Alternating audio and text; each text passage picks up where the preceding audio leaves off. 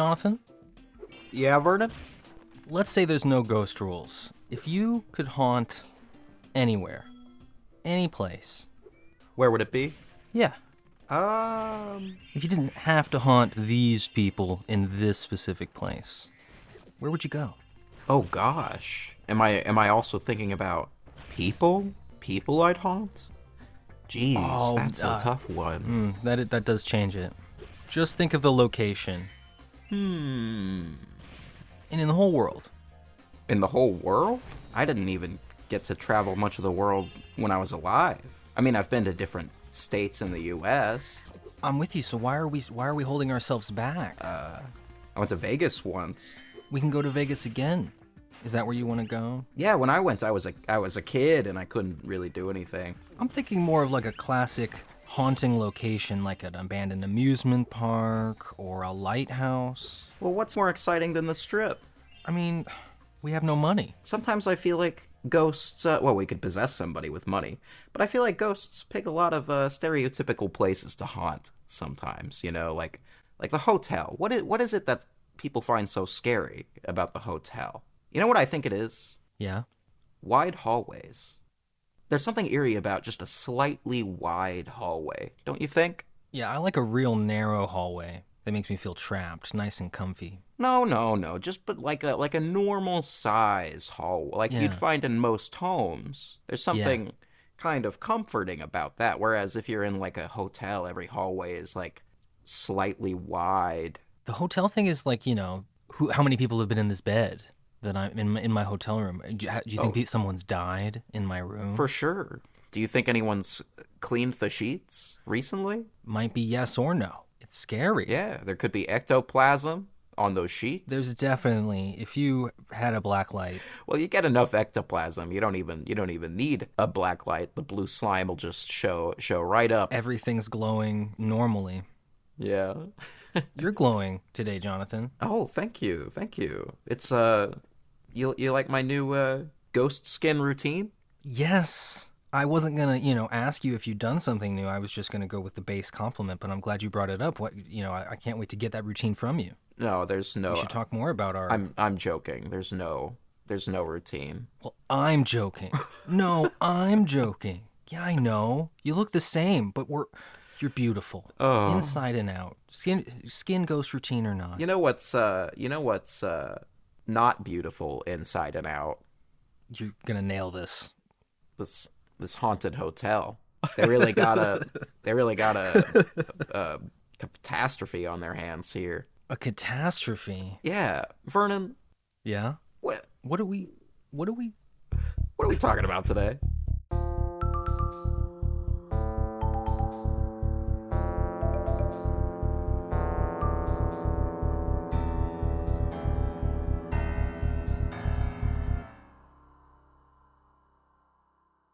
This show, this new adult animated sitcom. Yes, it came out today.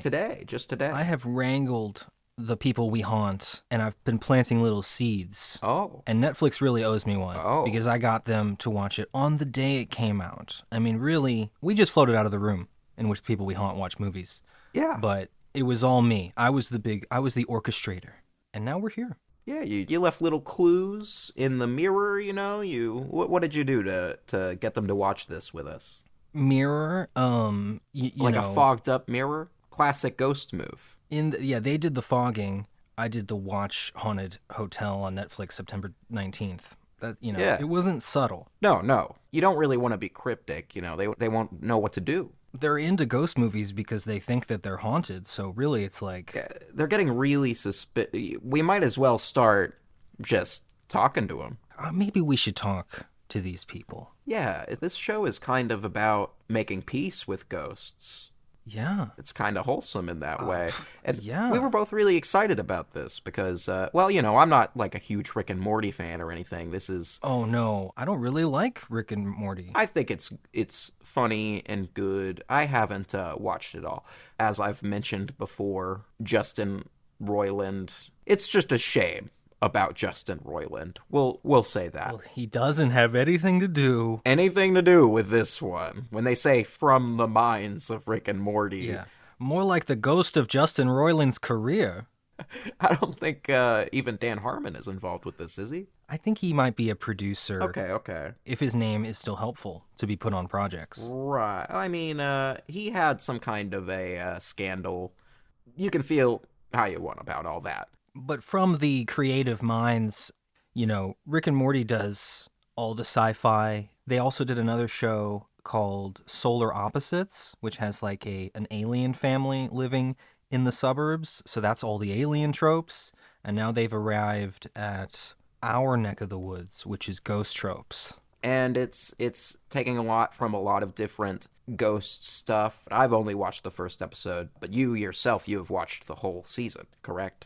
It's true. It's true. And so I know all the secrets. Yeah, I don't know any of the... You're going to have to keep those spoilers close to the chest. It's true. I don't think I will be spoiling. I think I'll just be, in hushed tones. Did you notice the Shining carpet? Yeah, did I notice the Shining carpet? Did I notice the Shining everything? Yeah. I mean, I think if you're going to put it in a hotel, there's going to be some Shining stuff. We, right. in a technical sense, have done an episode on the Shining, but it was lost in the ether of electronic time. And so it kind of doesn't exist. But to us... It was going to be our second. Second. Yeah. But, the Shining, so there was plenty of Shining stuff. It's a family who owns a hotel. And so there's 3 kids. One of them is maybe adopted or something. That's a good way to put it. The third kid is like Damien from the Omen, which ironically, we were talking about the Omen just the other day about how my parents, when I was growing up, would say, "It's all for you, Damien." Maybe not just to me, but to each other and everyone, when they're doing a big favor.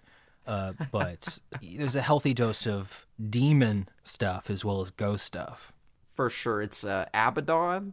That's right, the greatest old name. Played by Jimmy Simpson. Abaddon. He's a demon, I believe they said, possessing the body of a kid from what time period? The 1800s or something like that? The Salem witch trials era. Right. We've got him, and we've got the kid, Ben. He's a little bit awkward. He has a delightful, gap in his teeth that I really like. And I like the character designs in general. I think they're all really good. Nice. He's played by Skylar Gisondo. Isn't he Jimmy Olsen? Yeah, he was Jimmy Olsen. He was hot Jimmy Olsen in the new Superman. When I was growing up, he was a kid actor in everything. Really? And I was always really jealous and bitter. And I was like, I could do that. Well, he's got these perfect freckles. Casting directors love a good, freckled kid. You know what I'm saying? I do, yes. And then we've got Esther, played by Natalie Palamides. She's kind of a badass. She will fight off bad ghosts and demons and stuff like that. And she keeps telling the family, you really got to learn how to use black magic. Kind of a classic kid archetype that gets into trouble and is very confident and kind of, can be the adult in some situations when it comes to the supernatural. Big fan of Esther. Then there's the mom. These are the Freelings. Their last name is the Freelings, and that is ripped exactly from the Poltergeist. The Poltergeist family is called the Freelings. Oh, I had forgot about that. That's awesome. I like that. The mom's name is Catherine. She's played by Eliza Coupe. And we got Will Forte as Nathan. Love Will Forte.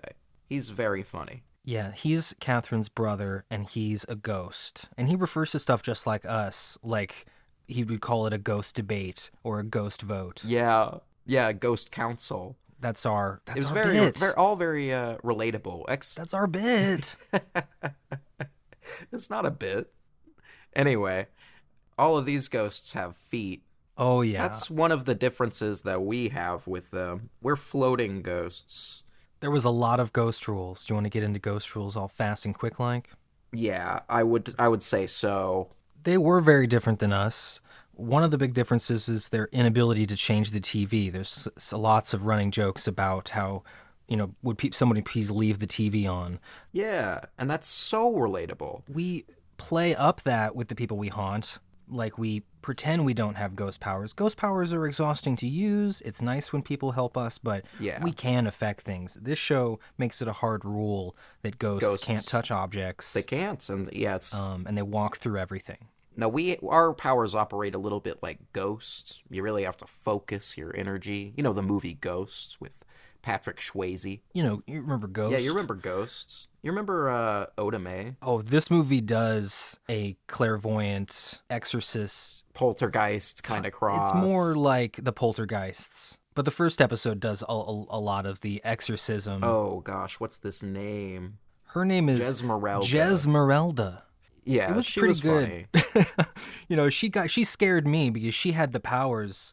She laid down some rules for sure. She said that ghosts are a rip in the fabric of reality. Well, that's And that there's a hierarchy, a spiritual hierarchy in which ghosts are more powerful than demons. Demons are more powerful than humans. But if humans can become more powerful than ghosts, they can control demons. And so she had some kind of ring and she was like blowing ghosts up. It was terrifying. well, that seems probably untrue. I haven't ever met a demon. I'm not actually sure they exist. Vernon, you met a demon? No. We've met all the same people. Yeah, all ghosts. What can you say? I mean, if they want to put forward this theory that ghosts are more powerful than demons, that's cool and everything. I'm flattered, I suppose, but I don't know if I really want to test that. Demons are pretty scary. Jesmeralda also says that this hotel holds one of the 6 gates to hell. Yeah, that's a crazy one. Well, spoiler. Right. You know, we can spoil the first episode a little bit. Spoilers for the first episode, everybody. We haven't really said anything that warrants a content warning yet, I think, but we might have some content warnings in the description for this one. It's a comedy. I'm so Yeah. happy to have a fun thing to cover. Things have been like the Babadook was pretty upsetting, and this, at least, I mean, I was keeping track of how many times I laughed, which was a few times. For sure. Well, I didn't, a few times for me also. I think, I'm pretty used to the, let's call it the Rick and Morty comedy style, but there were definitely a few times that the show got big laughs out of me. Now, you've seen 9 episodes of this. I haven't seen. I'm curious as to whether or not it's kind of serialized at all. Rick and Morty would be like semi-serialized, where sometimes they would be like, we're doing it episodic for a while, no more serialized stuff, and they would be very meta about that. Yes. I think that the show accomplishes both. Right. Because definitely the first episode would be setting a lot up. It would be everyone's intro. But I'm wondering, does the season have some kind of a big conclusion? Does it, Well, definitely, and there's the possibility that there's going to be a season 2 teased. I think, Okay. and for us, the conclusion has a lot to do with Abaddon and the demon stuff. The show as a whole does keep to episodic. The brother gets a ghost girlfriend in Yeah. episode 1. She's there for the rest of the time. That's good. Yeah, they're soulmates. Very cute. And he's a conduit. Oh, That's I the loved other thing. that. Ben is a conduit so that That was cool. he can kind that of was cool. connect with these ghosts and they can actually come through him in order to come back from, what do they call it, the netherworld? I forget. The hotel is called Undervale. I really like that. There's some advancement in the story. I think like when it was starting off, I was wondering if one of these other characters could die at some point and become a ghost. That could happen. For us, there was episode 6 was called Ghost Hunters, Oh. which made fun of ghost hunters to no avail. I mean, you would appreciate how much they trashed on ghost hunters. I'm sure that I would. I would say most of the ghost rules were firmly established in the first episode. The second episode is called Unfinished Business. Oh. And it plays with like getting ghosts to move on. And that was fascinating, and that definitely works a lot like it works in other things. So you would recommend that I finish the season then? You would say that I enjoyed the first episode and I'll probably enjoy the rest, right? I think you would. I think I was prepared to maybe not like this, but it was pretty good. I was also prepared to not like it, but I think it's kind of nice. It's not really that edgy Yeah. for being a Rick and Morty kind of follow-up. It's a little bit bloody, naturally. Yeah. We got a lot of dead ghosts with crazy injuries. That's another thing. Yeah. Ghosts keep their wounds. and that's something that we don't have. No, luckily. It is a common thing in ghost movies where, people will have an axe in their head or they're missing their etc. That's just scary, humans like to do things the scary way because they're still afraid of death. One of the most interesting plots, I thought, was episode 7's B plot, in which Nathan, he's the one who left the hotel to Catherine, the mom. And he's dead now. Nathan starts falling through the floors. Oh. And he can't, because these ghosts have feet. And so everybody starts to kind of riff on, what are the rules? You can walk through walls, but you stand on the ground? What constitutes that? So he starts falling through, and he keeps falling through, and he can't get his footing. And he talks to another ghost about, this has happened to a ghost before where they lost the meaning of their existence. And they started to lose their tether with this world. Oh, interesting. And so I was super interested. It's kind of like Spider-Man 2, where you don't really know why he's losing... Oh, a great ghost movie. Yeah, well, no. But, I mean, it does have one scene. Avenge me! These things you're saying, Peter. Gosh, you know what? The ghostiest movie, Spider-Man 2.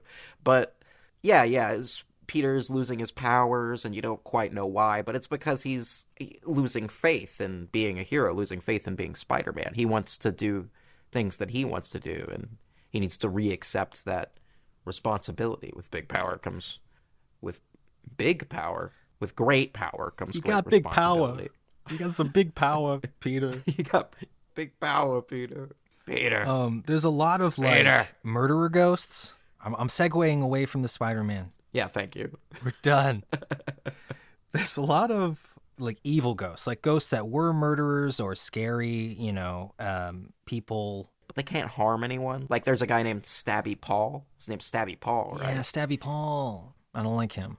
Well, my least favorite, Stabby Paul.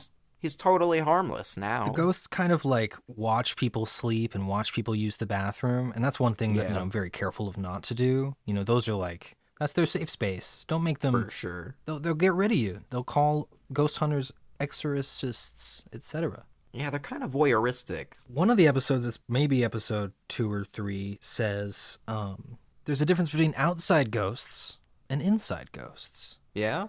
They offhandedly say something to do with bugs eating your bones. Oh. But the outside ghosts are depicted as having no legs, like us. But it's kind of Oh. Well, we did die outside. Yeah, it's tough. You think that could be a nugget of truth? We haunt inside now. So it's not like they can't go inside. But maybe they do have some sources. Maybe they do know what they're talking about. Well, I don't know. I mean, like I said, I really don't think a ghost would have power over a demon. I think that's just something that makes the plot of the first episode kind of work. If only we had a conduit. Yeah, if only we had a conduit, and Ben is like, I'm a conduit. Yeah, that was funny. I think it was kind of making fun of the exorbitant ghost rules that all these movies have.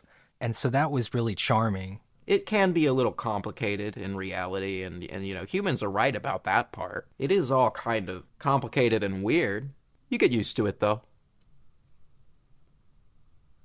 Long silence. Yeah, I liked the show, and I'm glad I watched it, yeah. I felt like I was in on the joke, that whoever was making it, at the very least, can relate. Really written for the ghosts out there. Yeah, this is one for the ghosts. Yeah, I definitely think I'm going to watch the rest of it. Maybe we could talk more about it at some point. At least episode 2, Unfinished Business. I think that was Okay, really good. Okay. I do have some reviews. Now, last time there was a mix-up with the reviews, but this time... Yeah, these are mix-up, sure. Real reviews. Real reviews. All of them were posted September 19th, 2025. Okay. So there will be no doubt. Okay. This one, 2.5 stars. Oh. Mid, but extra points for thematic music and period-appropriate costuming and hair. It did have people from all time periods. Yes. And so there were lots of, That's true. representation. Okay, next one. Yeah, Abaddon is actually really time period. Anyway, go ahead. Um, 4.5 stars. Feeling nostalgic for Cartoon Network. Scary as fuck.